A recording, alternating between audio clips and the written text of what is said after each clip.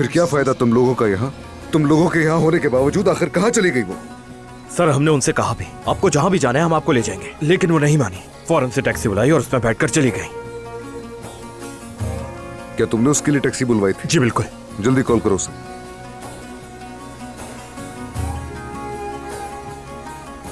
Hello, मुझे बात तो करें। हेलो, मैं अदनान देवीर खान बोल रहा हूँ। आज सुबह आपने मेरी बीवी को हवेली से कहीं पहुंचाया था, क्या आप बता सकते हैं कहाँ?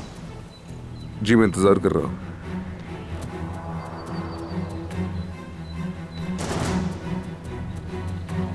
कुछ तकलीफ है?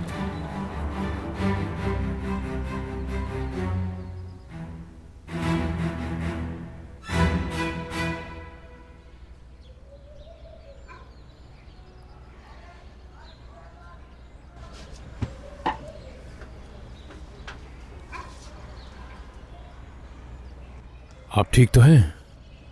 असल में यहाँ आने से पहले मेरे जहन में बहुत से सवाल थे, मगर अब समझ नहीं आ रहा कि कहाँ से शुरू करूं।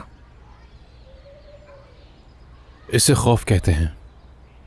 जब आपको जवाब से डर लगने लगता है तो सवाल करने का इरादा बदल जाता है। जो कुछ भी कल हुआ उसने मुझे बहुत उलझा के रख दिया है।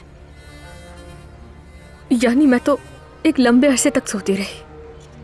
मेरा एक एक्सीडेंट हुआ था, यानी इसीलिए मैं कुछ बातें समझने में दुश्वारी का सामना कर रही हूँ। सुनकर अफसोस हुआ। बहुत शुक्रिया। आपने कल कहा था ना कि ईशा का बाप मैं हूं, लेकिन असल बाप आपका शौहर है। हाँ कहा था, और ये बात मैंने नशे या मजाक में नहीं की थी, बल्कि सच्चाई बयान की थी। मैंने जो कहा सब सच था। तो क्या दानिया ईशा की असल माँ है? जमरुद साहिबा प्लीज आप बुरा मत मानिएगा, मगर ये सब कुछ आपको अपने शौहर से पूछना चाहिए, वही बता सकता है। आप मुझसे क्यों पूछ रही हैं? क्योंकि वो सब मुझसे ये कहकर सच्चाई छुपा रहे हैं कि मैं बीमार हूं, लेकिन वो ये नहीं समझ रहे कि ये तजस्सुस मुझे मजीद बीमार कर रहा है।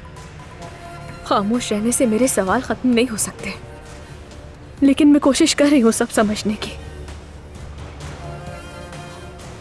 लेकिन मैं चाहकर भी कुछ भी अकेले नहीं कर पा रही हूँ। इसलिए प्लीज आप जो भी जानते हैं मुझे बताएं। प्लीज मुझे बताइए, मुझे सब जानना है। जमरुद साहिबा, मेरे पास आपको सुनाने के लिए बस एक ही कहानी है।